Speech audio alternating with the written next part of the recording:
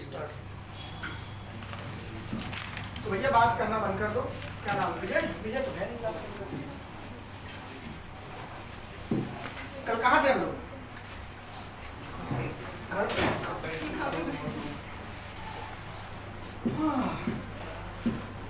कल हमने पढ़ा था आइडेंटिफिकेशन ऑफ नाउन। क्या पढ़ लिए थे? 3 चीजों के लिए किसके थ्रू होगा? हु, व्हाट और who as a subjective case, whom as an objective case। what आपका सब्जेक्ट ऑब्जेक्ट दोनों में फ्रेम।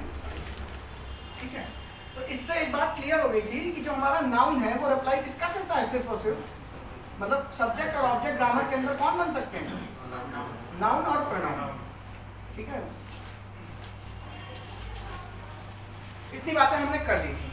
अब नाउन है क्या एक्चुअल में? हाँ, इंग्लिश में नाउन का अस्तित्व वजूद कितना है? ऐसे आपकी फैमिली में आपका वजूद कितना है? बेटा घर में चाहे बिल्कुल सही जवाब 0। कुछ भी काम हो आपसे पूछने की जरूरत बिल्कुल भी नहीं है और बस आपकी नौकरी लग जाए और आप पापा की पहली सैलरी अपनी 50, 60, 70 हजार जो भी आ जाए वो हाथ में रख दें। इसके बाद देखिए घर में अगर दाल भी छौंकनी है जीरे से तो एक बार मम्मी पूछ जरूर लेंगी बेटा, हालांकि माता पूछ लेती हैं, लेकिन कहना इतना चाहता हूं कि आपकी वैल्यू अपने आप क्या हो जाएगी? बढ़ जाएगी। अब खेल यहाँ पर वही है, नाउन। नाउन की अगर शुद्ध भाषा में बोले तो उसकी वैल्यू कितनी है? सिर्फ एक शब्द, यही तो है। और ये शब्द कैसे हैं आपके? आपको सिंटैक्स एक बचपन में पढ़ाया हो गया, subject plus helping verb plus main verb plus object. तो किसी भी सेंटेंस, किसी भी क्लॉज की स्टार्ट किससे होती है? सब्जेक्ट से होती है। और नाउन यही तो बन सकते हैं। सब्जेक्ट और ऑब्जेक्ट कौन बन सकता है? नाउन ही बन सकते हैं। इसीलिए हम स्टार्ट किससे करते हैं? नाउन से करते हैं। और जो सब्जेक्ट होगा, अब आप सीधे सीधे बोल सकते हैं सब्जेक्ट किसका रिप्लाई करेगा? हु का या व्हाट का। ऑब्जेक्ट कौन रिप्लाई करेगा? आपके हुम का। अब इसको थोड़ा सा बड़ा करते हैं। जरूरी नहीं कि नाउन आपका एक ही शब्द में सिमट जाए। जरूरी नहीं नाउन आपका क्या हो? एक ही शब्द में सिमट जाए। आप नाउन के साथ में, जैसे मैं स्टार्ट यहां लिख देता हूं, नाउन आपका एक्चुअल में क्या काम किया? एक वर्ड का। वर्ड से आपने, मैंने अभी जब स्टार्ट किया था फर्स्ट क्लास, ठीक है, उसमें क्या बात कही थी? वर्ड से क्या बनती है? फ्रेज। तो अगर किसी भी पार्ट में, अब वर्ड एक नाउन बन सकता है, नो डाउट, किसी को कोई दिक्कत नहीं, लेकिन अगर उसी वर्ड से फ्रेज बनी होंगी तो 110% हम श्योर शॉट कह सकते हैं कि फ्रेज भी क्या हो सकती है? Noun phrase. ठीक है, फ्रेज और भी होंगी आपकी, एडजेक्टिव, एडवर्बियल फ्रेज, वो धीरे धीरे हम पर्टिकुलर चैप्टर में डील करेंगे। अभी हम बात करते हैं फ्रेज की। नाउन फ्रेज क्या होंगी?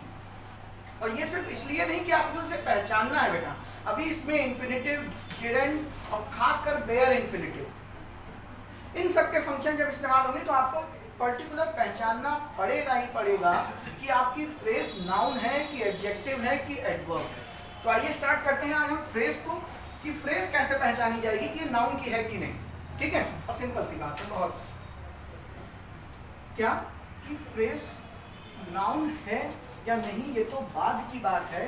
फ्रेज किसको कहते हैं? थोड़ी देर के नाम हटा देते हैं। फ्रेज की एक्चुअल में क्वालिटीज क्या होती है? कौन बताएगा? बताया तो है। फ्रेज क्या होता है एक्चुअल में?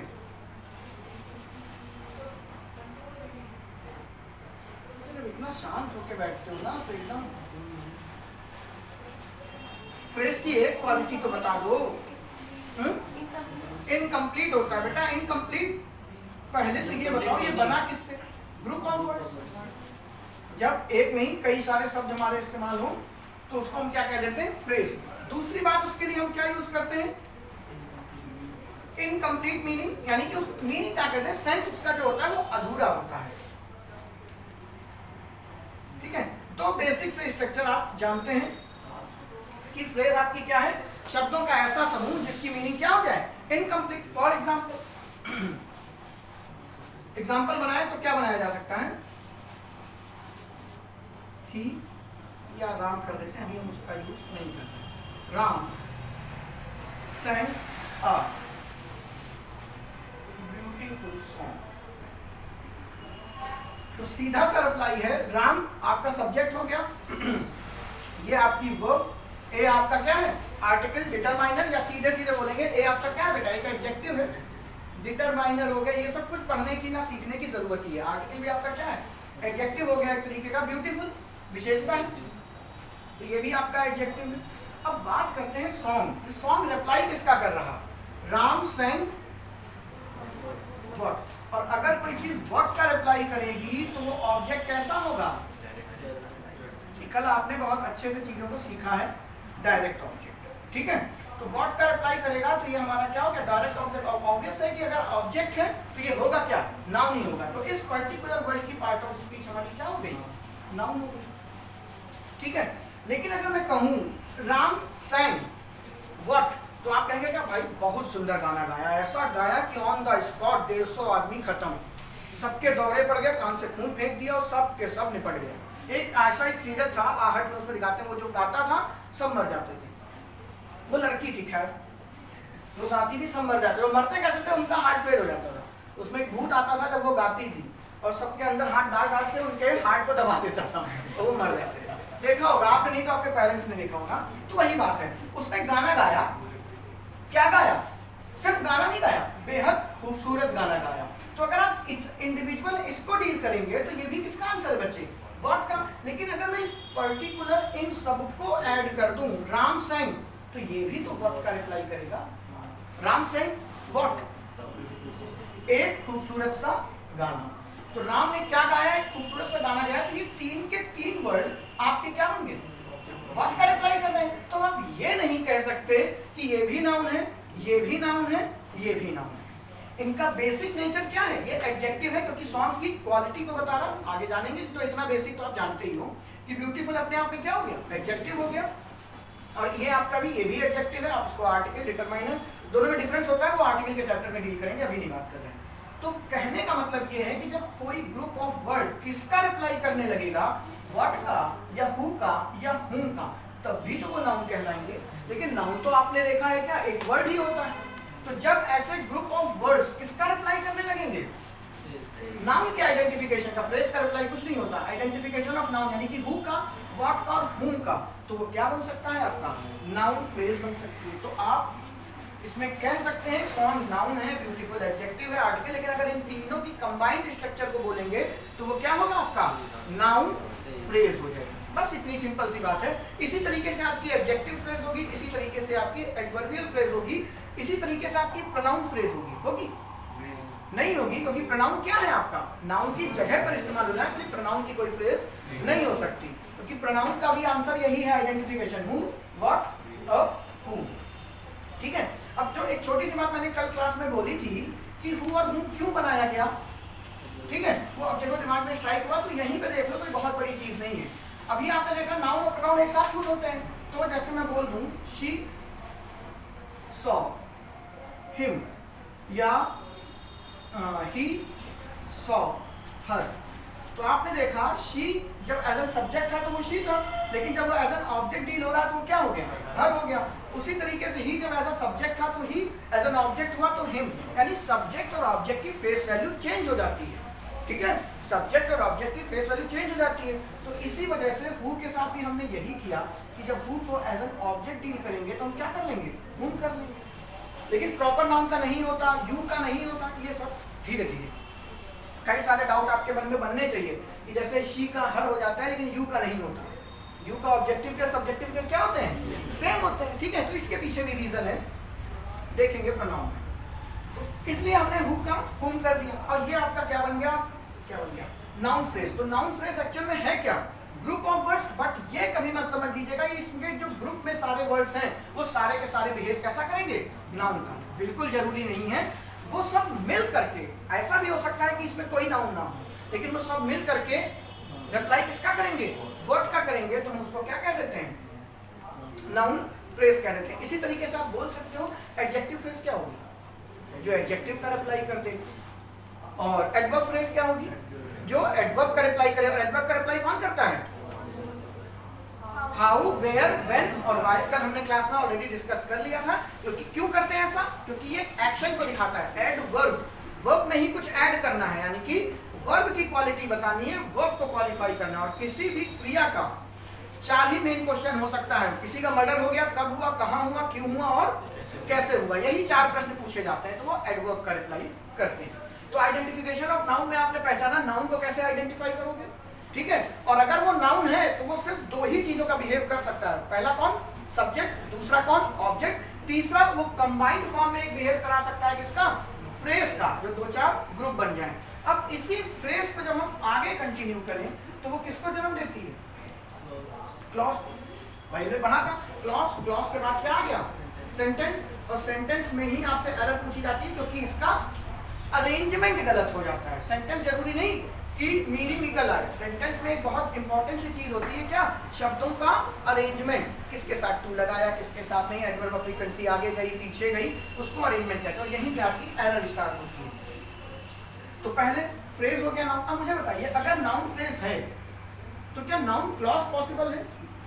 जो बच्चे बिल्कुल नए हैं, जिन्होंने इंग्लिश कभी देखी ही नहीं, मान लो देखी तो सभी ने है, तो अगर क्या नाउन फ्रेज पॉसिबल हो सकता है तो नाउन क्लॉज हो सकता है। दैट मींस कि तो सर बात की बात है, पहले क्लॉज क्या होती है हमको यही है। तो क्लॉज क्या होता है, कौन बताएगा, इसको रब कर देते। हाँ देखो बेटा, जिन्हें पता है वेल एंड गुड, जिन्हें नहीं पता एक बार फिर से रूबरू होइए। क्लॉज यहाँ बता रहे हैं और इसके बाद दोबारा कहाँ पढ़ेंगे हम, कंजंक्शन में, ठीक है। क्लॉज लेकिन थोड़ा सा आपको मीनिंग मालूम है, क्लॉज क्या होगा, जैसे ये ग्रुप ऑफ वर्ड था लेकिन इनकम्प्लीट मीनिंग है। क्लॉज की सबसे बड़ी पहचान होती है कि इसके पास उसका सब्जेक्ट और वर्ब होनी चाहिए, ठीक है। अब जैसे हम ये कह सकते हैं, इसका एक और क्वालिटी बता दो, जरूरी नहीं है कि सब कुछ लिखा ही जाए, एक क्वालिटी और बता दें, ये किस पे डिपेंड होगी, हैं, किस पे डिपेंड होगी फ्रेज, वेरी गुड, सब्जेक्ट और वर्ब पे। अभी भी देखा ना क्या सा sentence, Ram sang a beautiful song, तो अगर मैं राम sang को रब कर देता तो बचता क्या, a beautiful song तो इनकम्प्लीट मीनिंग है, लेकिन उसको अपना सेंस कंप्लीट करने के लिए किस पे डिपेंड होना था, एक सब्जेक्ट और एक वर्ब पे। तो क्लॉज डिपेंड हमेशा किस पे करेगी, सब्जेक्ट और वर्ब पे, और जब इस सब्जेक्ट और वर्ब को उसी फ्रेज में ऐड कर दें, फॉर एग्जांपल आपका एक सब्जेक्ट हुआ, एक वर्ब हुआ, जैसे कि हमने सेंटेंस बनाया था, Ram sang a beautiful song, तो यहाँ पे ये सब्जेक्ट है बेटा, ये वर्ब है, और फिर आपने इसको क्या कहा था, नाउन फ्रेज। तो नाउन फ्रेज अपने आप में किस पे डिपेंड हो गई, सब्जेक्ट और वर्ब पे, यानी कि क्लॉज इसी कंबाइंड फॉर्म को बोलते हैं। यानी कि फ्रेज में जब आप एक सब्जेक्ट और एक वर्ब ऐड कर देंगे तो वो किसको अरेंज करता है, एक क्लॉज को अरेंज करता है। बहुत सारे बच्चों में 90% स्टूडेंट्स में डाउट बना रहता है, क्लॉज और सेंटेंस में क्या डिफरेंस, क्लॉज और सेंटेंस में क्या डिफरेंस है। तो यहाँ पे कोई बच्चा है जो मुझे बता सकेगा क्लॉज और सेंटेंस में क्या डिफरेंस है, जो पुराने हैं वो तो जानते होंगे, बताओ। क्लॉज में सिंगल सब्जेक्ट वर्ब होता है, सेंटेंस में 2 वर्ब भी होते हैं, 2 वर्ब हो सकते हैं, ठीक है, लेकिन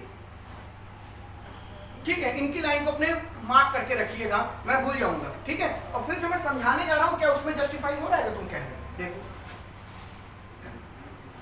कोई बात नहीं, कोई बात नहीं, पहले क्लॉज देखते हैं, फिर सेंटेंस देखते हैं, फिर उन दोनों का डिफरेंस देखते हैं।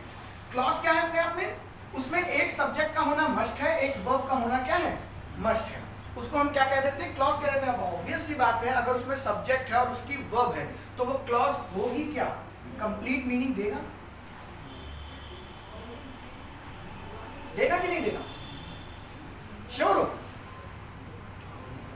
देखो सेंटेंस वही एक पुराना, यदि तुम कहोगी तभी हम खाना खाएंगे, हर लड़के ने अपने जीवन में कभी ना कभी टाइप जरूर किया होगा, और मैंने खुद देखा है ऐसे लोगों को कि बगल में पूरी दबी है, एक मुंह में घुसी हुई है और हाथ में भी पूरी है, और तेल लगे हाथों से आप ये मैसेज टाइप कर रहे होते हैं, अगर तुम आज नहीं कहोगी बाबू तुमने खाना खा लिया, ठीक है, तुमने नहीं खाया, मैं नहीं खाऊंगा, मुंह में पूरी दबी हुई है, ठीक है, ये तमाशा चल रहा है जीवन में। तभी तो अंग्रेजी नहीं समझ में आ रही है, क्योंकि जीवन तो बाबू और बाबुआओं में लगा हुआ है,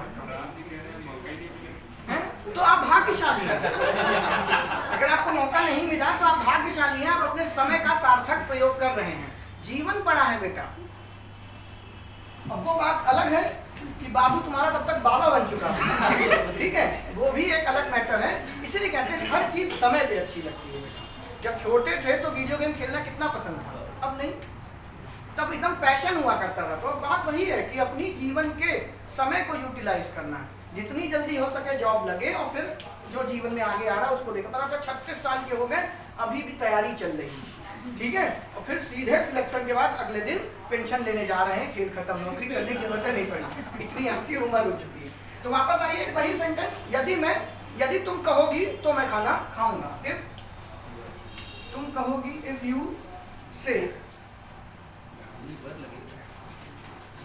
तुम बेटा तुम पूरी खाओ, ठीक है। बात करेंगे बेटा धीरे धीरे। आज आपकी इंग्लिश का केवल दूसरा ही लेक्चर है, मैं आपको लास्ट क्लास का डेटा यहाँ पे नहीं दे सकता, धीरे धीरे डिस्क्राइब करेंगे, आगे बढ़ते हैं। इफ यू से, ये क्या करती है, से देखा ना, तो नरेशन खत्म किया है, तो वही देखो इन्वर्टेड कॉमा, सब कॉन्शियस माइंड यही होता है, से देखा इन्वर्टेड कॉमा लग गया। इफ यू से, यदि तुम कहोगी आई विल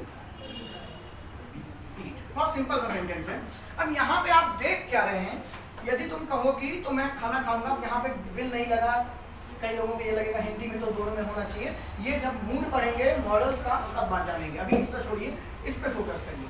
यहाँ पे एक ये सब्जेक्ट है बेटा, एक आपकी ये क्या होगी, वर्ब होगी, ये तो हेल्पिंग वर्ब है जिसको मॉडल कहते हैं। दूसरा आपका यू क्या है, एक ये सब्जेक्ट हो गया, और से अपने आप में क्या हो गया, एक ये वर्ब, ठीक है। तो सब्जेक्ट ऑफ वर्ब यहाँ भी है, सब्जेक्ट ऑफ वर्ब हमारे पास क्या है, यहाँ पर भी है। क्लॉज एक बार समझा रहा हूं ना, आप एडजेक्टिव में समझाऊंगे ना, प्रोनाउन में ना एडवर्ब में, सीधे कंजंक्शन में आपको ये दोबारा से दिखेगी, ठीक है। तो इफ यू से आई विल ईट, यदि तुम कहोगी तो मैं खाना खाऊंगा, इसमें सबको पता है इफ क्या है अपने आप में, conditional word behaving like conjunction, ठीक है। जो लोग कंजंक्शन नहीं जानते भूल जाइए, कम से कम कंडीशनल तो समझ सकते हो, शर्त लगी है, अगर वो कहेगी तुमसे तभी तुम खाना खाओगे, वरना आजीवन भूखे रख के अपने प्राण त्याग दोगे, है ना, यही तो होता है। तो जब वो कहेगी ये शर्त लगी है, तो इसको एटलीस्ट इसको कंडीशनल वर्ड अभी समझिए, ये यहाँ पे कंजंक्शन का भी काम कर रहा है, वो नहीं पता अच्छी बात, पता है तो और अच्छी बात, छोड़ दीजिए बात, ये कंडीशनल वर्ड हो गया, ठीक है। अब यहाँ पे बच्चे ये सब्जेक्ट है और ये वर्ब है, मैं थोड़ी देर के लिए आपसे कहूँ कि इसको मैं रब नहीं कर रहा हूँ, दोबारा लिखना पड़ेगा, इसको हाइड कर दो। यदि तुम कहो तो जमाना छोड़ देंगे, यदि तुम कहो तो खाना खा लेंगे तुम, यदि तुम कहो फांसी लगा लेंगे हम, यदि तुम कहो पढ़ाई छोड़ देंगे हम, ठीक है। आज ईंटा गिट्टी ढोना शुरू कर देंगे और पिताजी तुम्हारे हाँ कर देंगे, ठीक है। इसके बाद 4 दिन बाद वो भी साथ में गिट्टी ढो रही होगी और करोगे क्या, तुम्हारी खुद की कोई औकात नहीं है। तो यदि तुमको, बात में क्या, गाने को मत समझो, मजाक मत समझिए, मैंने इसको हाइड कर लिया तो ये क्या हो गया, कुछ भी हो गया। फॉर एग्जाम्पल तुम्हें तुम्हारे पिताजी घर से निकाल दें तो तुम कुछ भी हो सकते हो, चोर, डाकू, ठीक है, भीख मांगने वाले, ईंटा ढोने वाले, हो सकता है कि नहीं। अभी आपकी वैल्यू क्या है बेटा, कुछ भी नहीं, आप डिपेंड हैं अपने पिताजी पर, वैसे ही ये आप हैं, आप इसको हटते ही इसका सारा वजूद क्या हो गया, कुछ भी हो सकता है। तुम्हारे पिताजी तुम पर से हाथ हटा ले, कौन फीस देगा बेटा, कौन तुम्हें खाना खिलाएगा, यानी तुम कुछ भी हो सकते हो। दैट मीन्स ये क्या है, इंडिपेंडेंट तो नहीं है।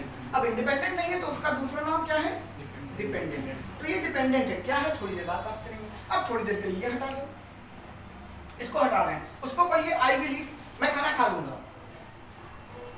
ठीक है, खा लो, किसने मना किया, मैं खाना खा लूंगा, किसने मना किया, यानी कि इसको हटा दें, इसको कोई फर्क पड़ रहा है, नहीं पड़ रहा, यानी कि ये क्या हो गया, डिपेंडेंट है। अब डिपेंडेंट में ध्यान से देखिए, एक सॉरी, अरे कल मैं अपना एक वीडियो देख रहा था, अपना क्या, यही वाला, ऐसे ही बढ़ाते बढ़ाते कि चल रहा है ठीक से कि नहीं, रात में, तो उसमें मैंने एक लाइन गलत बोल दी थी, गलत क्या, वो निकल गया मुझसे, मैंने बोला था कॉन्क्रीट नाउन और क्या था दूसरा, एब्स्ट्रैक्ट नाउन, शायद मेरे मुंह से शायद क्या यही निकला था, कॉन्क्रीट नाउन 20%, एब्स्ट्रैक्ट नाउन 80%। बेटा ऑब्वियस सी बात है, जो चीजें दुनिया में ज्यादा दिखाई दे रही है वो है कि जितना महसूस करते हो, ऑब्वियस सी बात है कि कॉन्क्रीट आपकी ज्यादा है, वो शायद रिदम में मेरे मुंह से निकल गया, तो उसका ध्यान रखना, ऐसा कोई बहुत बड़ा बात नहीं थी। अभी जब हम उसका बैरिफिकेशन करेंगे टाइम्स ऑफ नाउन का, तो फिर से डिस्कस करेंगे, अभी पहले नाउन देख लें क्या है। तो आई विल ईट यानी कि आपका क्या हो गया, इंडिपेंडेंट। अब ध्यान से सुनिएगा, क्लॉज में सब्जेक्ट और वर्ब होना क्या है, मस्ट है, तो यहाँ पे सब्जेक्ट है, वर्ब है, यहाँ पर भी सब्जेक्ट और वर्ब है, तो यानी इस डिपेंडेंट को हम, एक मिनट बात समझिए ना, आपने सबसे पहले क्या सीखा, इंग्लिश कहाँ से आई, लैंग्वेज से आई, क्या वर्ड से क्या बनाया, फ्रेज। बेटा एक शब्द क्या है, वर्ड है, कई सारे शब्द क्या हो सकते हैं, फ्रेज, लेकिन फ्रेज में क्या नहीं होता, सब्जेक्ट और ऑब्जेक्ट नहीं होते, ये तो डिपेंड करती है। तो ऑब्वियस सी बात है, जो शब्दों का ऐसा समूह जिसमें सब्जेक्ट क्या लगा है, सब्जेक्ट भी लगा है, वर्ब भी लगा है, तो वो फ्रेज तो नहीं होगा, फ्रेज से एक कदम आगे होगा। तो एक कदम आगे कौन आता है, क्लॉज आता है। तो ऑब्वियस सी बात है, ये क्या हो गई आपकी, क्लॉज हो गई। ठीक है, तो हम कह सकते हैं, जैसे यहाँ पे आपने लिख दिया, बहुत बच्चे जल्दी में, मैंने भी गलत लिखा है, क्या क्लॉज क्या है, कंप्लीट मीनिंग। अभी अभी आपने, मैंने जब इसको हाइड किया था तो क्या इसका अर्थ पूरा था, नहीं था। तो जो क्लॉज है बेटा वो कंप्लीट, और यही डिफरेंस है सेंटेंस में, क्लॉज कंप्लीट और इनकम्प्लीट दोनों हो सकती है। सेंस में कॉम्पैक्ट, नॉन कॉम्पैक्ट, कई बुक्स रिकमेंड करती है कॉम्पैक्ट हो सकती है, नॉन कॉम्पैक्ट, कई बुक लिखती है डिपेंडेंट हो सकती है, इंडिपेंडेंट हो सकती है। जिस लैंग्वेज में जैसे मानना है समझ लीजिए बात को। इंडिपेंडेंट भी क्लॉज हो सकती है, डिपेंडेंट भी क्लॉज हो सकती है। इंडिपेंडेंट क्लॉज ऑब्वियस सी बात है, आपके माता पिता, उन्हें तुम्हारी जरूरत नहीं है। इमोशनली बात नहीं कर रहा हूँ, फाइनेंशियली उन्हें तुम्हारी जरूरत नहीं है, लेकिन आप क्या है, उन पर पूरी तरीके से डिपेंड है। तो वैसे ही समझिए, इंडिपेंडेंट क्लॉज आपके माता पिता है और डिपेंडेंट क्लॉज क्या है, खुद आप हैं। अब बात करते हैं थोड़ी सी क्लॉज की प्रॉपर्टीज की। सबसे पहले उसमें एक सब्जेक्ट होगा, एक वर्ब होगा, ठीक है। और ध्यान दीजिए, मैंने यहाँ पे एक छोटा सा खींचा है, इस पे जोर दीजिएगा, केवल एक होंगे, इससे ज्यादा नहीं, क्योंकि पहले ग्रुप ऑफ वर्ड्स आया तो फ्रेज बनी, फिर उस पे जब सब्जेक्ट और वर्ब इंट्रोड्यूस हो गया तो वो क्लॉज बनी, ठीक है। तो उसमें एक सब्जेक्ट और एक वर्ब होना मस्ट है। क्लॉज कंप्लीट यानी कि डिपेंडेंट और इंडिपेंडेंट दोनों हो सकती है, किसी को कोई दिक्कत, ठीक है, यानी कि कंप्लीट मीनिंग भी देगी, इनकम्प्लीट मीनिंग भी देगी। तो ये क्लॉज की दो बेसिक प्रॉपर्टीज हैं। अब इन्हीं इंडिपेंडेंट क्लॉज को आपकी क्या क्या बोलते हैं बेटा, आप लोग जो पुराने हैं उनसे तो उम्मीद कर सकते हैं। मैं क्लॉज पूछ रहा हूँ तो नाउन जवाब दे रहे हैं। इंडिपेंडेंट क्लॉज कितने नाम होते हैं, principal clause, root clause, main clause और अरे मेन चीफ, तो सब एक ही चीज है। और एक मैं जो शब्द सुनना चाहता हूँ,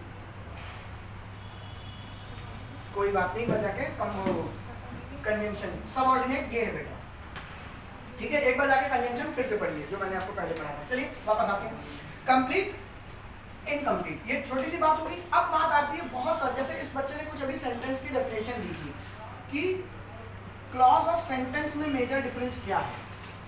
ध्यान से देखिएगा, ये दोनों मिले जुड़े हैं। अब देखिए, जब और आपको मैंने फर्स्ट डे बताया था कि जोड़ने का काम कौन करता है, कंजंक्शन। तो इफ जो है यहाँ पे कंजंक्शन का भी बिहेव कर रहा है, खैर वो अलग बात है। इन दोनों को जब आपने कंबाइंड किया तब ये एक क्लॉज, इसको क्लॉज 1 कह दें, इसको क्लॉज 2 कह दें, जब ये दोनों ऐड हुई तो हमें क्या मिला, एक सेंटेंस, ठीक है। हमें क्या मिला, एक सेंटेंस मिला। यानी सेंटेंस में और क्लॉज में इसी चीज का है। क्लॉज डिपेंडेंट इंडिपेंडेंट दोनों हो सकती हैं, बट सेंटेंस हमेशा क्या होगा, इंडिपेंडेंट होगा। और आपसे कोई पूछ ले, सेंटेंस हमेशा क्या होगा, इंडिपेंडेंट होगा। यही सबसे बड़ा मेजर डिफरेंस है। क्लॉज डिपेंडेंट भी हो सकती है, इंडिपेंडेंट भी हो सकती है, और सेंटेंस लेकिन कभी भी डिपेंडेंट नहीं हो सकता। अब जरा इसको चेक करते हैं। एक बार मैंने इसको हाइड कर दिया, आई विल ईट, डिपेंड, ये क्या था, इंडिपेंडेंट था, यानी कि ये क्लॉज भी बन सकता है और सेंटेंस भी बन सकता है। यानी हम कह सकते हैं एक डिपेंडेंट एक इंडिपेंडेंट क्लॉज हमेशा क्या होगी, एक सेंटेंस होगा, लेकिन एक सेंटेंस हमेशा इंडिपेंडेंट क्लॉज होगी, ये आप नहीं कह सकते। जैसे ही मैंने इसको हाइड किया, आई विल ईट, ये अपने आप में क्या है, क्लॉज तो है ही है, लेकिन इंडिपेंडेंट है तो वो सेंटेंस भी कहलाएगा। ये आपका क्या हो गया, सेंटेंस भी होगा। लेकिन जब मैं इसको हाइड कर दूं, क्या है ये, इफ यू से, तो ये अपने आप में क्या है, डिपेंडेंट क्लॉज। लेकिन अगर ये क्लॉज है तो ये सेंटेंस नहीं कहलाएगा। अगर मैं इसको थोड़ी देर के लिए रब कर दूं, तो इफ यू से यदि तुम कहो, आपका सेंटेंस कभी नहीं बन सकता। तो सेंटेंस और क्लॉज में एक बेसिक सा यही डिफरेंस है, क्या कि इंडिपेंडेंट क्लास और सेंटेंस दोनों एक दूसरे से एक्सचेंज हो जाएंगे, दोनों कहे जा सकते हैं। लेकिन जैसे ही क्लास किसी पे डिपेंड होने लगेगी, वो सेंटेंस नहीं बन सकता। ऑब्वियस सी बात है, बेसिक चीज। अब खुद से सोच लो, ये एक क्या था, सेंटेंस है, और ये पूरा कंबाइंड कर दे तो भी क्या है, सेंटेंस है। दैट मीन्स आप कह सकते हैं, जो इस बच्चे ने कहा था कि इसमें एक सब्जेक्ट भी हो सकता है और एक से ज्यादा भी। तो सेंटेंस के अंदर एक, जैसे आपने बोला ना यही बात, कि सेंटेंस में एक से ज्यादा, एक भी हो सकते हैं, ज्यादा भी हो सकते हैं। बिल्कुल ठीक बात है, इसमें कोई कमी नहीं, लेकिन जो मेजर पोर्शन है क्या है? ऐसे तो अगर आप कहेंगे कि सेंटेंस में एक सब्जेक्ट हो सकता है तो इसमें एक ही तो था, इस वाले में, तो आप उसको भी तो सेंटेंस कहने लगेंगे। तो सेंटेंस में बिल्कुल 100% एक सब्जेक्ट और एक से ज़्यादा भी हो सकते हैं, बट वो सेंटेंस कभी भी डिपेंड नहीं होना चाहिए किसी और पर, वो अपने आप में क्या मैं रखता हो, इंडिपेंडेंट। ठीक है, तो आप उम्मीद करते हैं क्लॉज और सेंटेंस आपको क्लियर हो गया होगा। ये सब लिखना लिखाना कुछ नहीं, सिर्फ सुनना है। अभी जब कंजंक्शन पढ़ेंगे तो शायद 4 से 6 घंटा इसी पे लेक्चर है, क्योंकि फिर इसके भी हमें पार्टीशन करने, जैसे ये बच्चे नाम बता रहे थे, कोऑर्डिनेटिव क्लॉज क्या होती है, सबऑर्डिनेटिव क्लॉज क्या होते हैं, ये सब बात की बातें हैं। अभी हम बेसिक से जानना चाहते हैं कि वर्ड से फ्रेज आई, फ्रेज से हमारा क्या बना, क्लॉज बना, और फिर क्लॉज से क्या बने, सेंटेंसेस बने। तो क्लॉज और सेंटेंस में मेजर डिफरेंस क्लियर हो गया। अब बात करेंगे किसकी, पढ़ क्या रहे हो, नाउन, नाउन क्लॉज। तो अब इसी क्लॉज के आगे नाउन वर्ड कैसे आउट हो जाएगा, मुझे कुछ बताने की जरूरत है। जो इसमें एक सब्जेक्ट एक वर्ब होगा, जो डिपेंडेंट भी हो सकता है, इंडिपेंडेंट भी हो सकता है, और वो आंसर किसका करेगा अगर नाउन लगा दिया, व्हाट का और हु का कैसे रिप्लाई करते हैं, कर सकता है, कर सकता है, आगे भी लग गया पीछे भी लग गया, उससे क्या फर्क पड़ना है। तो जो आंसर किसका करेंगे, कहीं लिखा है कि रब हो गया, रब कर दिया, हु व्हाट और हुम का, वो आपकी क्या हो जाएगी, नाउन क्लॉज। जैसे एक घिसा पिटा सेंटेंस, अभी अभी इस नाम पे बहुत सारी मूवी रिलीज हुई, अभी मुश्किल से 6 महीने पहले अमेज़न पे एक और आई, I know what you did last summer.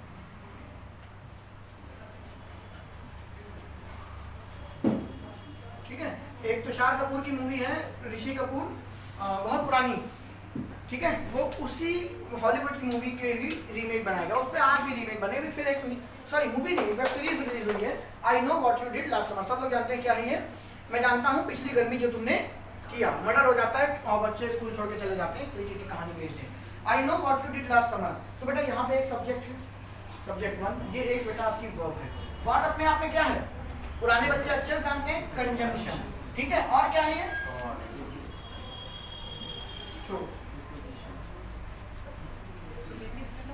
जो मुंह में आए बोल दोगे, ये नहीं सोचो कि टीचर को अटैक पड़ सकता है इसी टाइम पे। एक टाइम मैंने बोला कंजंक्शन, धीरे से बोल रहा है प्रीपोजिशन, मैं कमजोर दिल का आदमी हूँ, वहीं कहो अटैक पड़ जाए, छोटी सी बच्ची है, उसका क्या होगा। ये कंजंक्शन है, ठीक है, इंटरोगेटिव वर्ड मत बोल देना, हु व्हाट हुम वेयर व्हेन व्हाई, ये कुछ भी है, लेकिन ये इंटरोगेटिव वर्ड नहीं, ठीक है, डिटेल करेंगे नाउन में, माफ करना टेंस में। आई नो ये कंजंक्शन हो गया, यहाँ पे भी देखो जोड़ गया ना, यू क्या है अपने आप में, फिर से एक सब्जेक्ट, सब्जेक्ट नंबर 2, डिड आपकी क्या हो गई, V2 है, यानी कि वर्ब नंबर 2, कुछ भी कहते हैं, तो एक सब्जेक्ट एक वर्ब, एक सब्जेक्ट एक वर्ब, यानी दैट मींस हम कह सकते हैं ये भी एक क्लॉज है, ये भी एक क्लॉज है, कह सकते हो कि नहीं, कि सबके पास एक एक सब्जेक्ट है और एक वर्ब, ये आपकी क्लॉज क्या हो गई, जिसको हम वर्ब कंजंक्शन की हेल्प से ऐड कर रहे हैं। बिल्कुल बेसिक से बात बता रहा हूँ, क्लॉज 1 होगी, क्लॉज 2 होगी। अब इस क्लॉज में कौन डिपेंडेंट है, कौन इंडिपेंडेंट है, आप सब जानते हैं। आई नो, अगर मैं इसको रब कर दूं तो कौन सी डिपेंडेंट हो रही है, खुद से बताओ, मैं नहीं जानता। आई नो डिपेंडेंट है कि इंडिपेंडेंट है, डिपेंडेंट है। और यू डिड लास्ट समर, तुमने कुछ काम किया, ठीक है। मेन सिनेरियो इस जगह पर इस बात का है, आई नो, ये जो क्लॉज है पूरी पूरी, ये रिप्लाई किसका कर रही है, मैं जानता हूं तुम्हें, आई नो हिम, छोटा सा sentence, I know him, I subject है, नो वर्ब है, और ये क्या है बच्चे, ऑब्जेक्ट। और कौन सा ऑब्जेक्ट, आई जानता, मैं जानता हूं तुमको, किसका रिप्लाई कर रहा हूं का, ठीक है। आई नो योर एड्रेस, मैं तुम्हारा पता जानता हूं, आई नो योर एड्रेस, तो आई नो व्हाट का रिप्लाई कर रहा, ठीक है। आई नो किसका रिप्लाई कर रहा, व्हाट का रिप्लाई कर रहा। अब यहाँ पे क्या है, एक वर्ड नहीं लिखा हुआ, एड्रेस आपका क्या हो गया, नाउन हो गया, यहाँ पे पूरी की पूरी क्लॉज है जो व्हाट का रिप्लाई कर रही है। तो नाउन हु व्हाट हुम का रिप्लाई करता है एक सिंगल वर्ड, लेकिन जब ऐसे ही शब्दों का समूह हु व्हाट हुम का रिप्लाई करने लगे तो वो क्या कहलाएगा, फ्रेज। लेकिन जब एक पूरा का पूरा क्लॉज, जिसमें एक सब्जेक्ट है, एक वर्ब है, उसका ऑब्जेक्ट है, एडजेक्टिव है, आर्टिकल है, डिटरमाइनर है, एडवर्ब है, पूरी की पूरी क्लॉज किसका आंसर करने लगेगी, व्हाट का, whom का, ठीक है, तो वो क्या कहलाने लगेंगे? Noun clause. अब बात ये है कि सर पेपर में तो कभी पूछा ही नहीं जाता, पेपर में कभी पूछा ही नहीं जाता कि इसकी पार्ट ऑफ स्पीच बताओ, तो फिर ये क्यों? वो इसलिए क्योंकि जैसे जैसे नाउन आप पढ़ते जाएंगे, नाउन की जितनी भी एप्लीकेशन है वो सारी की सारी एक शब्द पे लगेगी, तो बेटा शब्दों के समूह पे भी लगेगी और वो उस पूरे क्लॉज पर भी लगेगी। तो अभी पहले तो आपको पहचानना है, फिर उसके घर में एक होता नहीं है बेटा, किसी के घर में जाओ तो सबका घर का, ऐसे दोस्त के कमरे पे गए, वहां जाके तुम जूता ऐसे उछाल सकते हो, क्यों? क्योंकि वो खुद अपना जूता सर पे लेके घूम रहा, पूरा बिस्तर गंदा पड़ा, ठीक है, ये उसके यहाँ का कल्चर है। हर लड़के का ऐसे ही होता है। हम खुद जब दिल्ली में रहे हैं तो जब तक कढ़ाई में चाय, हकीकत है बेटा, जो जोक बनता है कि जब कढ़ाई में भी चाय बन गई इसके बाद बर्तन धुले, क्योंकि खाना तो बाहर से आ रहा, अब चाय कौन लाए? छुट्टी के दिन, ठंडी के मौसम, पूरा बर्तन को कीड़े पड़ गए।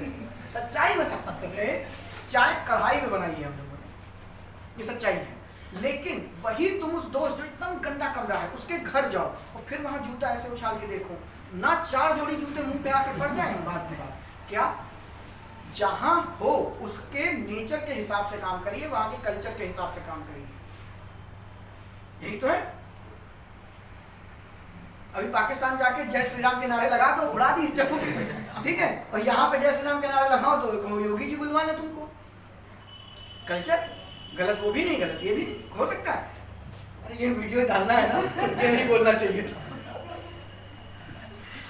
थोड़ा ज्यादा रिस्पॉन्सिबल होना होगा, मैं कुछ ज्यादा बोल देता हूँ कभी तो, खैर इससे कुछ फर्क नहीं पड़ता। वापस आते ही बात मेरे ख्याल में आई क्यों?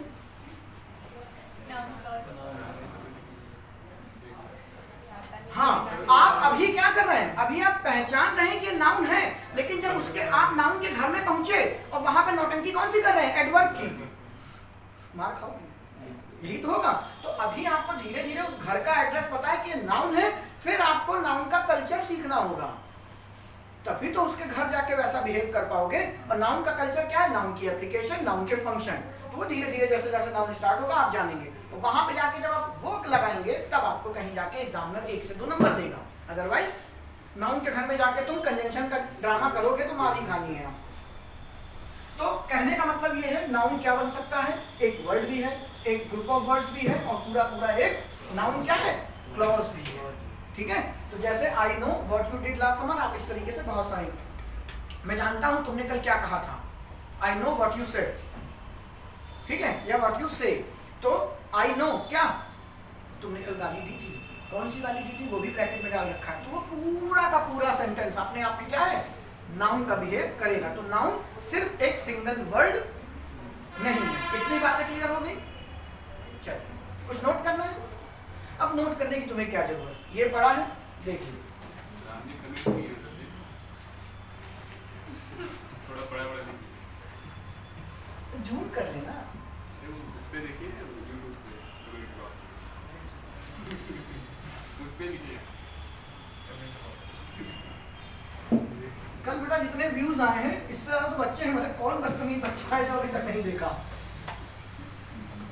कोई नहीं, देखो या ना देखो, ये आपके लिए, ये कभी किसी दिन मिस हो गए क्लास आप सीधे देख सकते हो। आगे जानते हैं एनालाइजेशन। अब किसी से आपने ये जान लिया, नाउन अगर हमें पढ़ना है तो हमें क्या देखना होगा? एक सब्जेक्ट, एक ऑब्जेक्ट। सब्जेक्ट आपका ग्रुप ऑफ वर्ड्स भी हो सकता है, सब्जेक्ट आपका पूरा पूरा सेंटेंस भी हो सकता है, इसमें किसी को डाउट? अब इतना इमेज तो बन गई है कि नाउन सिर्फ एक सिंगल वर्ड नहीं ढूंढना, मे भी चांस ऐसे हैं कि नाउन पूरा ग्रुप ऑफ वर्ड्स यानी फ्रेज भी होगा, या फिर आपका सेंटेंस क्लॉज भी हो सकता है। सेंटेंस और क्लॉज में क्या डिफरेंस है? सेंटेंस आपका किसी पे डिपेंड नहीं होगा और उसमें एक से ज्यादा भी हो सकते हैं, बट क्लॉज में हमेशा एक सब्जेक्ट एक वर्ब होगा, और मे भी वो क्या हो? डिपेंडेंट हो और ना भी हो। जो डिपेंडेंट होते हैं उनको सबऑर्डिनेटिव क्लॉज बोलते हैं, जो इंडिपेंडेंट होते हैं वो कोऑर्डिनेटिव।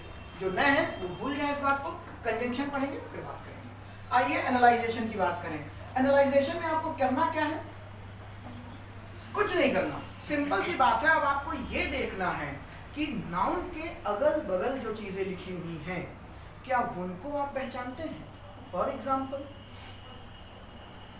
आप किसी के घर में गए, छत पे पार्टी की और बगल में उठा के कूड़ा डाल दिया, ठीक है, सारी पार्टी धज्जियां उड़ गई, पड़ोस वाली आंटी घर आ गई, कि अभी रुको तुम्हारे पापा की फोन करती हूँ क्योंकि मैंने पन्नी खोल के देखा है उसमें था क्या। ठीक है, अब बेटा तुम छत पे पार्टी कर रहे हो दोस्तों के साथ तो हम नहीं मान सकते उसमें कोल्ड ड्रिंक की बोतल होगी। ठीक है, इतने शरीफ तो तुम शक्ल से लगते नहीं। ठीक है, कुछ भी आपने मान लो फेंक दिया तो आप पड़ोसी को भी पहचाने कि आंटी जी या अंकल जी आए कि बेटा बचाए कुछ, तब तो फेंक दो, तब तो फेंक दो। तो ठीक है, पता चला पड़ोसी बाद में पहले पिताजी फोन के तुम्हारे घर से ये पन्नी गिरी, फोटो खींच के भेज दिए, कहीं ठीक है थोड़ी देर बाद लड़का भी वहीं से गिरेगा, अब वहीं में आ रहा हूँ। ठीक है, पिताजी ने ये बात बोल दी। तो आपको पता होना चाहिए नाउन के अड़ोसी पड़ोसी जो उसके अगल बगल में लिखे होते हैं क्या होते हैं। और बेसिक स्ट्रक्चर नाउन के पहले क्या लिखा होता है, एडजेक्टिव। एडजेक्टिव के बहुत सारे सिनेरियो हैं। फॉर एग्जांपल जैसे एक आप जानते हैं सेंटेंस, बहुत पुराना सेंटेंस है, my friend Ganesha is a great movie. अगला सेंटेंस, my friend Ganesha is very good boy. बिल्कुल छोटे छोटे सेंटेंस। ठीक है, दो सेंटेंस आपके सामने लिखे हैं। जो पुराने हैं वो प्लीज रिप्लाई ना करें, आप जानते हैं इन सब बातों को। लेकिन जब मैं बैच खत्म कर रहा था अभी के अभी पुराना वाला, तो मैं आपसे क्वेश्चन पूछता था बेटा पार्टिटिव बताओ, एडजेक्टिव बताओ, तो आपको डाउट बन जा रहे थे, कुछ लोग बोल भी नहीं पा रहे थे। उन्हें पता था मैंने सुना है पढ़ा है, बट आपको सीधे पता याद नहीं आ रहा था। इस बार वो लूप होल्स आपको भरने हैं। एक वर्ड आपको पता होना चाहिए पार्ट ऑफ स्पीच में कि ग्रामेटिकली उसको बोलते क्या है। कुछ एडजेक्टिव मॉडिफायर कहलाएंगे, सबको एडजेक्टिव को एडजेक्टिव नहीं बोला जाता। कुछ एडजेक्टिव सब्जेक्ट कॉम्प्लीमेंट कहलाएंगे, कुछ एडजेक्टिव ऑब्जेक्ट कॉम्प्लीमेंट कहलाएंगे। कहला सकते हैं। अभी अभी पढ़ा क्या है, ऑब्जेक्ट कॉम्प्लीमेंट क्या होता है और इन्फिनिटिव क्या होता है। तो फिर क्यों गलत बोल रहे हो बेटा?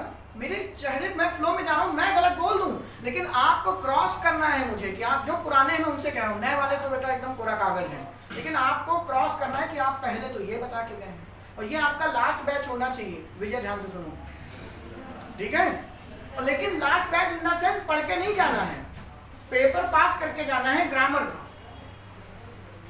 तब ऐसा थोड़ी कि 9 महीने 10 महीने पढ़ लिया घर चले गए खत्म, बेटा आया कुछ की नहीं। तो चलिए देखते हैं, छोटा सा sentence, my friend Ganesha is a great movie. मुझे बताइए इस सेंटेंस में सब्जेक्ट क्या है, जो नए बच्चे हैं खासकर। हाँ, माय फ्रेंड गणेशा हमारा क्या है, सब्जेक्ट है। इज आपकी क्या है, हेल्पिंग वर्ब। तुम बाहर निकलो, याद रखिएगा हेल्पिंग, दुनिया में कोई भी सेंटेंस मेन वर्ब कौन बोला, बाहर निकलो। मैंने आपको नाम बता दिए थे, शुरुआत में इसी से करूंगा, हेल्पिंग वर्ब मेन वर्ब, लेकिन ना ये हेल्पिंग है ना ये मेन है, इनको कुछ और कहा जाता है। और ये टेंस आते आते आपको ये बातें मैंने सिखा दी थी, ये फिर भी नहीं गधों की तरीके से बोल रहे। प्रूफ होगा कि क्यों करते हैं, वो टेंस का कोर्स है, भी ध्यान रखिएगा। इस चलो तुम्हारी खातिर मैं बोल दे रहा हूँ, ये मेन वर्ब है, ठीक है? कुछ टीचर इसको क्या बोलते हैं, कुछ टीचर क्या है, कुछ बुक्स इसमें क्या लिखी होती, तुम पढ़े हो, कोई किताब खोले हो, इनके दर्जनों नाम दिए गए हैं। अभी इनको मेन वर्ब समझ लीजिए, जब हम टेंस पढ़ेंगे तो क्लियर कट बताएंगे कि हेल्पिंग वर्ब मेन वर्ब में क्या डिफरेंस है, ये क्यों बनाई गई, ठीक है? देन जानेंगे इसको एक्चुअल में क्या कहना है। अभी चलो आप देसी भाषा मेन वर्ब ही समझो। आप, गुड, ग्रेट अपने आप में क्या हो जाएगा, एडजेक्टिव। मूवी आपका क्या है बेटा, नाउन। किसका रिप्लाई कर रहा है, माय फ्रेंड गणेशा इज,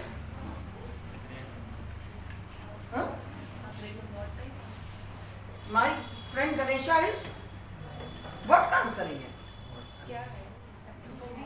मेरा दोस्त क्या है, तो मेरा दोस्त क्या है, मूवी है। सॉरी, माय फ्रेंड गणेशा क्या है, एक मूवी है। तो आप ध्यान से सुनिएगा, इज अ ग्रेट मूवी, ये पूरा रिप्लाई कर रहा है किसका, व्हाट का, यानी कि ये क्या है, नाउन फ्रेज हो गई है, ठीक है? अभी बात करेंगे थोड़ी देर बाद कि ये इसे कुछ और कहा जाता है। My friend Ganesha is a very good boy, इसमें क्या है चक्कर, इसमें सेंटेंस में सब्जेक्ट कौन है, माय फ्रेंड गणेशा। अब जैसे ही आपने ये किया आप गलत हैं, बात समझिएगा। यहाँ पे ये एक मूवी का नाम था, हालांकि जो यहाँ पे क्या है वो भी गलत है, बाद में बात करेंगे थोड़ी देर बाद। माय फ्रेंड गणेशा ये अपने आप में पूरा क्या है, what is a movie,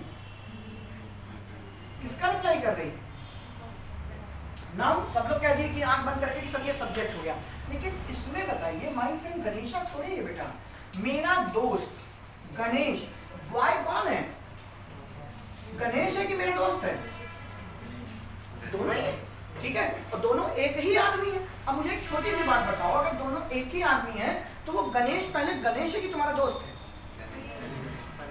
preference किसका है, तुम्हारे दोस्त का कुछ नाम तो होगा, मेरा दोस्त बेवकूफ, ठीक है, नाम है उसका।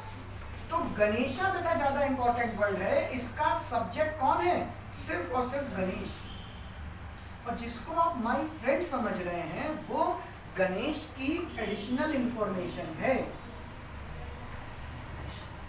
क्या है, एडिशनल इंफॉर्मेशन, और उस एडिशनल इंफॉर्मेशन को कुछ कहते हैं। अब देखिए ध्यान से, ये गणेश की विशेषता ही तो है कि मेरा दोस्त है, ये भी एक तरीके का एडजेक्टिव ही है, ठीक है, लेकिन ध्यान से देखिएगा यहाँ पे वो एडजेक्टिव नहीं कहलाता, उसका एक ग्रामेटिकल वर्ड है जिसको आपको आज के बाद ध्यान रखना है, इन फ्यूचर बात करेंगे, एट्रीब्यूट। ग्रामर इसको एट्रीब्यूट कहती है, और ध्यान से सुनिएगा, पहले तुम आओगे कि तुम्हारी एडिशनल इंफॉर्मेशन, पहले तुम आओगे कि तुम्हारी एडिशनल इंफॉर्मेशन। वो देखो गणेश मेरा दोस्त ना, कभी कभी सम्मान से बाहर लो, विजय की कल विजय कल आईएएस ऑफिसर बन गया, इनको देखो विजय मेरा छात्र, ठीक है, तुम कौन हो वो अलग बात है। तो मैंने कहा पहले तो मैं नाम बताऊंगा ना, फिर उसकी इंफॉर्मेशन दूंगा। पेपर में ये सेंटेंस आ गया तो आपको 0 मिलेगा अगर इसमें एरर आ गई। ध्यान से सुनिएगा, एट्रीब्यूट या एडिशनल इंफॉर्मेशन हमेशा सब्जेक्ट के बाद में लिखी जाएगी, यानी आप इसको बोलेंगे गणेश या गणेशा, जो भी कह लीजिए, Ganesha my friend is a very, article नहीं लगाया था, is a very good boy. आपका एट्रीब्यूट हमेशा सब्जेक्ट के बाद में लगेगा। जैसे आप लिख रहे हैं खली, द ग्रेट खली is a very great wrestler, ठीक है, या ग्रेट खली बिलोंग्स टू इंडिया, कुछ भी लिख रहे हैं, तो आपने द ग्रेट खली लिखा, ठीक है, तो वो गलत है बेटा, खली द ग्रेट।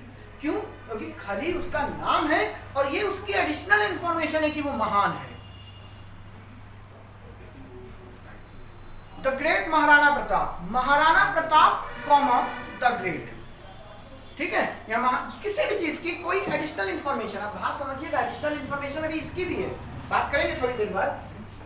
माय फ्रेंड अब यहाँ पे क्यों नहीं किया, क्योंकि ये पूरा एक मूवी का क्या है, नाम है। इसको बिल्कुल ऐसे समझ लीजिए, जैसे अगर मैं लिख दूं आई, तो आप समझेंगे आई के बाद हेल्पिंग वर्ब क्या लगेगी, इज की एम, क्या लगाओगे, एम लगाओगे, और जैसे ही लगाओगे वैसे ही मैं काट दूंगा। क्यों? I is a South Indian movie, I एक मूवी का भी तो नाम था, देखी होगी, सबने देखी होगी, अच्छी मूवी थी, कोई खास आप ऐसा नहीं कह सकते। I is a South Indian movie. अब आपको तो आज तक रटवाया गया है कि आई के साथ तो एम लगता है, इस क्यों? क्योंकि आपने आई के साथ एम रट लिया, यही तो गलत है। आई जब एज अ प्रोनाउन यूज होगा तब एम लगेगा। आई एम अ बेवकूफ, जो तुम्हें पढ़ा था, ठीक है, आई एम अ टीचर, तो आई यहाँ पे किसको रिप्रेजेंट कर रहा है, प्रोनाउन क्या होता है, जो नाउन को रिप्लेस करे। लेकिन यहाँ पे I is a South Indian movie, तो जी मूवी को बता रहा, ऑब्वियस सी बात है, ये क्या है इस बार, नाउन है, और आप आई के साथ एम तब लगाते हैं जब आई क्या होता है, प्रोनाउन होता है। ये प्रोनाउन पढ़ेंगे फिर डिटेल में करेंगे सब बातों को। वैसे ही दिमाग में हर चीज आधी पढ़ के नहीं करनी है, फंक्शन देखना है, वो बिहेव किसका कर रहा। यहाँ पे नाउन था, यहाँ पे ये प्रोनाउन था, वहां पे ये क्या है बेटा, नाउन है, किसी मूवी का पूरा एक नाम है। लेकिन यहाँ पे गणेश आपका दोस्त है, उसकी क्वालिटी बता रहा। और याद रखिएगा, सब्जेक्ट की क्वालिटी एट्रीब्यूट कहलाती है। सीधे सीधे बोले, सब्जेक्ट के बारे में कोई अतिरिक्त जानकारी दी जाए तो वो एट्रीब्यूट कहलाता है, वो हमेशा हमेशा और हमेशा। For example Priyanka Chopra Hollywood चली, तो the Indian actress Priyanka Chopra has gone to या हैज क्विट बॉलीवुड, उन्होंने बॉलीवुड छोड़ दिया और हॉलीवुड चली गई। तो the Indian actress Priyanka Chopra है ना गलत? अब आप बोलिए, बोलने में कोई नहीं यूज करता, बोलने में फॉर्मेलिटीज यूज नहीं की जाती। और अब पहली बात ये ध्यान से रखिएगा, आप न्यूज़पेपर में कुछ पढ़ते हैं और यहाँ कुछ पढ़ते हैं, दोनों में डिफरेंस समझ लीजिएगा। आपको पढ़नी है ब्रिटिश इंग्लिश, ठीक है, और जो वर्ड में यूज हो रही ज्यादातर आपके इवन फोन में भी जो कीबोर्ड लगा है वो किसका लगा है? American English. दोनों में अंतर ये है, आप गुलाम किसके थे? ब्रिटिश के थे। तो हमारा जो भी पेपर का स्ट्रक्चर है, जो हमारी अच्छी बुक्स हैं, वो सारी की सारी ब्रिटिश में लिखी जाती हैं। और आप कहीं पर भी देख लीजिए, मैं एग्जांपल दे रहा हूँ, नेटफ्लिक्स पे चले जाइए और जिस मूवी में लैंग्वेज ब्रिटिश इंग्लिश होती है उसको समझने में तकलीफ होती है। ब्रिटिश इंग्लिश हार्ड है। क्यों हार्ड है? क्योंकि ब्रिटिशर्स एक चीज के लिए हमेशा जाने जाते हैं, क्या है? फॉर्मेलिटीज। जब इंडिया ऑस्ट्रेलिया का मैच होता है तो एक सिंगल भी लेते हैं तो वो हमारी तरह शर्ट उतार के नाचाने नहीं लगते, फिर बैठ गए, बस इतनी तालियां, एक सिंगल विकेट गिरा फिर बैठ गए। फॉर्मल, उनका फॉर्मेलिटीज कभी नहीं खत्म होती। इवन मटर का दाना भी खाना है तो वो पहला आधा काटेंगे, फोक मारेंगे, फिर खाएंगे। हमारे यहाँ मटर छीले, मुंह में डाला, घड़ पूरा उतार दिया एक साथ, ठीक है। तो ब्रिटिशर्स फॉर्मेलिटीज के लिए जाने जाते हैं और इंग्लिश में भी जितना फॉर्मल हो सके वो हुए, ठीक है। अमेरिकन इंग्लिश में इतना मैटर नहीं करती बातें, ठीक है। तो आपका पेपर, अब बैड लक आपका ये है, आप जो व्हाट्सएप, इंस्टाग्राम, फेसबुक पे जो लिख रहे हैं, टाइप कर रहे हैं, वो सब अमेरिकन है।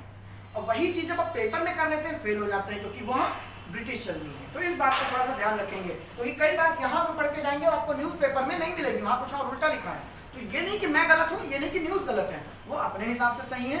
आपको पेपर में ब्रिटिश इंग्लिश लिखनी है, ना कि अमेरिकन है, ठीक है। बट अब कई बच्चे ये सोच रहे हैं काश हमें अमेरिका वालों ने गुलाम किया होता, ठीक है। थोड़ा काश में सोचना था कि हमें किसी ने गुलाम ही ना किया होता। हाँ?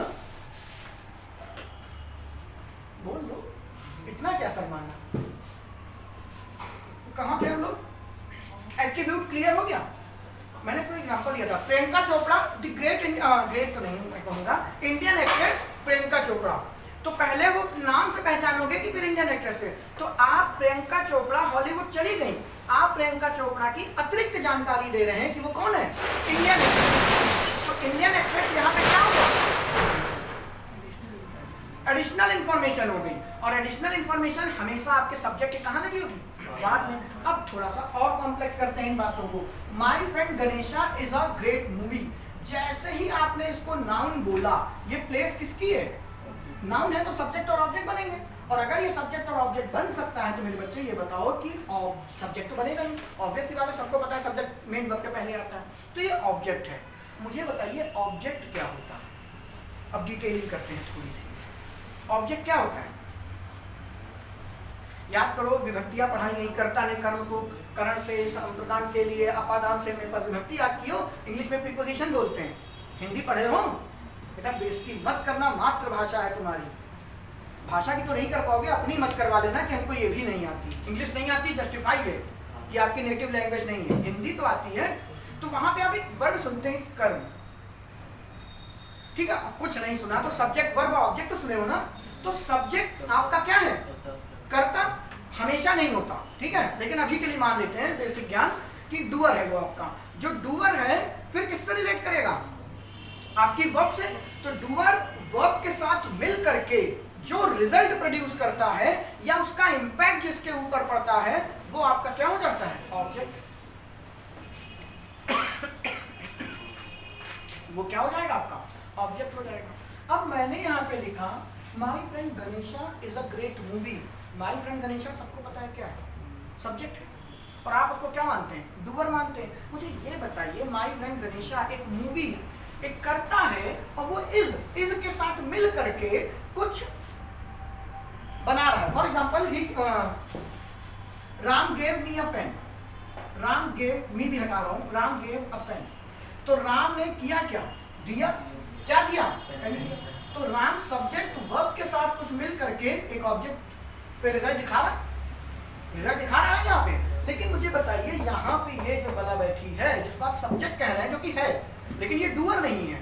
अब जब डूअर नहीं है तो यहाँ पे इज आपकी एक्शन वर्ड तो होगी, जैसा हमको पता होगा ना कि वर्ब हमेशा एक्शन दिखाती है, ऐसा भी नहीं है, आगे बात करेंगे, इन सबको रिलेट करूंगा, लेकिन अभी के लिए इतना जान लीजिए कि ये सब्जेक्ट जैसे राम गेव के साथ मिलकर के रिजल्ट किस पे दिखा रहा, पेन पे, वैसे ही माय फ्रेंड गणेशा इसके साथ मिलकर के रिजल्ट किस पे दिखा रहा, मूवी पे दिखा रहा।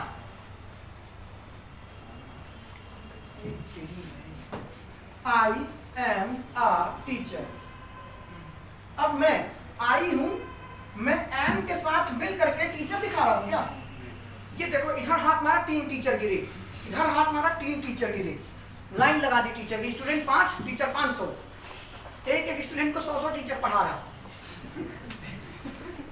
है नहीं ना? तो बेटा बेवकूफ बनना बंद करो, ये आपका ऑब्जेक्ट नहीं है। बात समझ रहे हैं? ऑब्जेक्ट वही होगा जिसमें आपकी वर्ब का एक्शन हो कुछ, जिसको सब्जेक्ट उसके साथ मिल करके दिखाए। यहाँ पे क्या है, अंतर समझना इस दोनों का। यहाँ पे आई एम अ टीचर, ये भी तो मेरी एडिशनल इंफॉर्मेशन है कि मैं क्या हूँ, टीचर हूँ। मैं क्या हूँ, डॉक्टर हूँ। तुम क्या हो, आवारा हो। तुम क्या हो, बेरोजगार हो। बेटा बार बार इसीलिए जले पे नमक छिड़कता हूँ, ताकि रात में जब नींद आने लगे या फोन चलाने का मन हो तो याद आए तो किसी ने आपको गालियां दी कि गाली है आपके लिए, आप खुश हो लेते हो, अरे बेरोजगार है। आपको कोई बेरोजगार कह दे तो ये गाली मानिए अपने लिए, क्योंकि आप ग्रेजुएट हो गए हैं, सरकार ने माँ बाप ने आपको पढ़ा दिया, आप नहीं कर कुछ नहीं पा रहे, तो ये गाली है आपके लिए। तो आप बेरोजगार हैं, आपकी एडिशनल इंफॉर्मेशन ही तो है। फला आंटी दूर से आती हैं, लड़का क्या कर रहा है तुम्हारा? कुछ नहीं भैया, हमारा जल्दी सुबह शाम खाना, फिर चला जाता है कोचिंग, फिर आता है, पता फोन पे पढ़ता है कि वीडियो देखता है, मुझे पता नहीं चलता। तो आपकी आंटी क्या पूछ रही है, आपकी एडिशनल इंफॉर्मेशन कि आप करते क्या हैं, कहीं नौकरी लगी।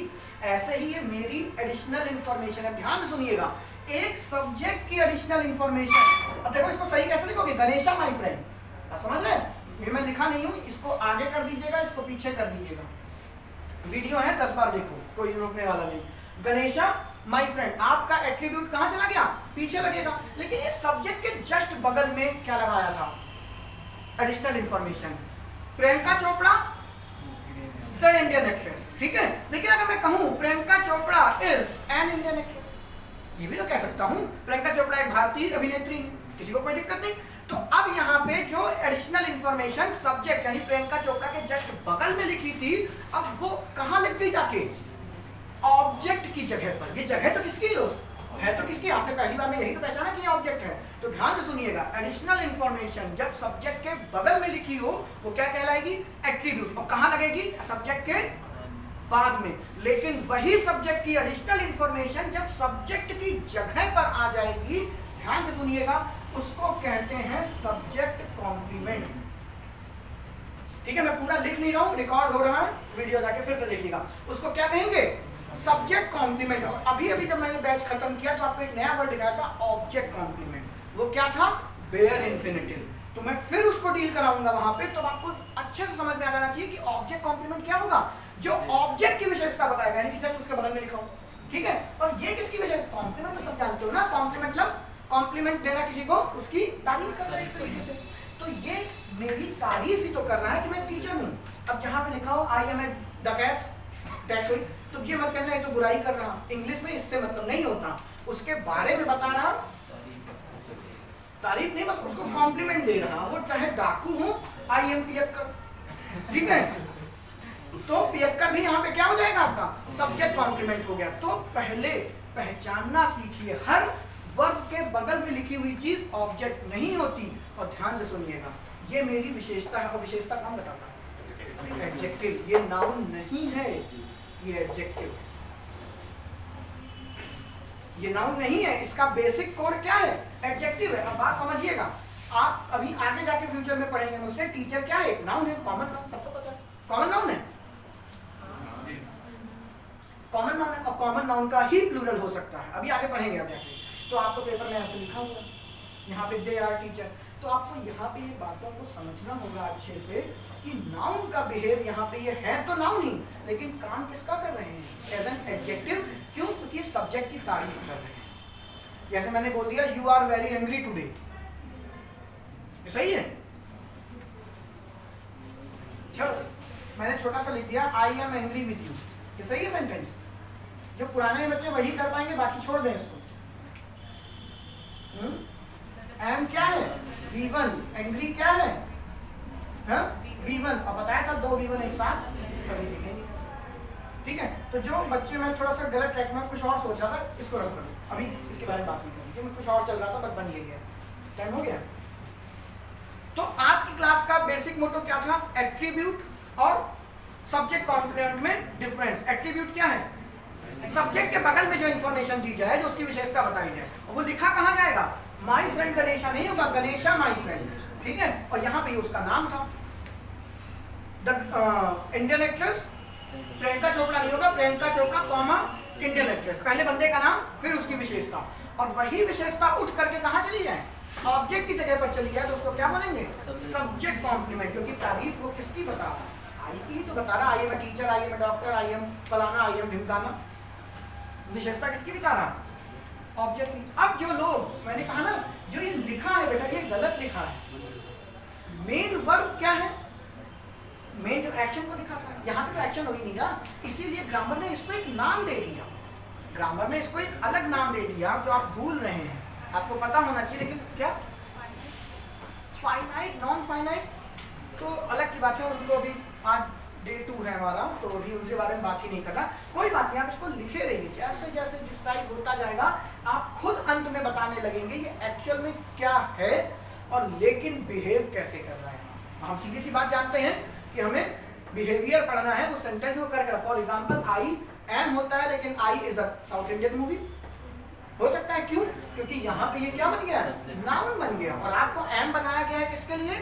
प्रोनाउन के लिए। तो आप रट नहीं सकते चीजों को कि आई के साथ हमेशा क्या आता है? एम ही आता है। आई के साथ इस भी आ जाएगा। आई आप अपने घर में कुत्ते का नाम रखिए, ठीक है? तो आप बोलेंगे दिस इज आई। अब आप कहेंगे यार दिस इज तो अब नहीं होना चाहिए सर, ऑब्जेक्ट होना चाहिए। तो सही बात है ना, इनसे मिलो, मीट हिम, दिस इज आई।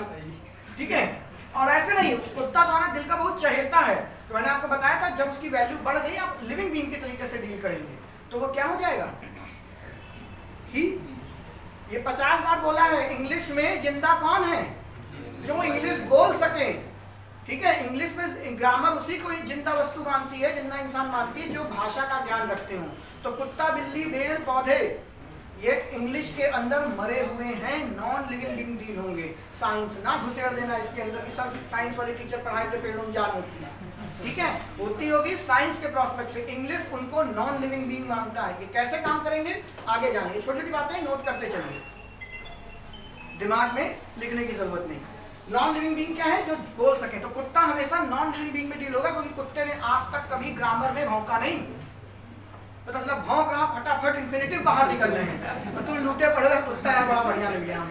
तो कुत्ता ऐसा नहीं करेगा, इसीलिए जब उसको बोलोगे तो दिस लगा सकते हो आप ही नहीं, लेकिन किसी का कुत्ता उसकी जान है। जैसे महाराणा प्रताप का घोड़ा चेतक, आप उसका महिमा मंडन कर रहे हैं कि वो कितना तेज घोड़ा था, तो वो घोड़ा कैसे डील होगा? लिविंग बीइंग हो जाएगा।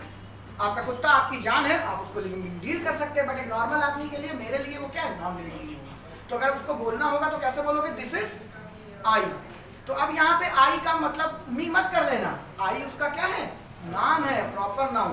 तो आई का मी तभी करते हो ना जब ऑब्जेक्टिव केस हो। वैसे ही आई के साथ इज भी लग सकता है। वैसे ही यहाँ पर किसी भी चीज को देख करके, माई फ्रेंड गणेशा, तो अमूमन मैंने देखा है आप ऐसे ही बोलते हैं। गणेशा माई फ्रेंड थोड़ा ऑकवर्ड लगता है। The great Akbar, the great Maharana Pratap, Maharana Pratap the great.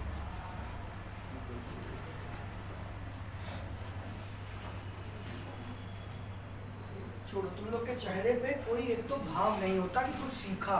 आए थे तब भी ऐसे, गए हो तब भी आँख खुली, चेहरे पे कुछ फील नहीं हो रहा, ये कुछ समझ में आ भी रहा है कि नहीं। ऑनलाइन क्लास में दिक्कत होती है ना कि बच्चे होते नहीं, आप ऐसे ही पढ़ाते हो, फील नहीं आता। लेकिन तुम्हारे साथ तुम, वो होता ना, एक जोक आया था कि भांग खाओ क्या? तो कहता नहीं, लेकिन तुम खाओ ना खाओ एक ही बात है। तो तुम क्लास में रहो ना रहो कोई फर्क नहीं पड़ता, चेहरे पे वही मुर्दानियत बसी हुई, कुछ समझ में नहीं आ रहा। तो घर जाइए, फाइन,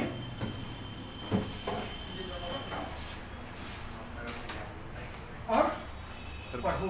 बोलिएगा। कीजिए, लाइक कमेंट शेयर।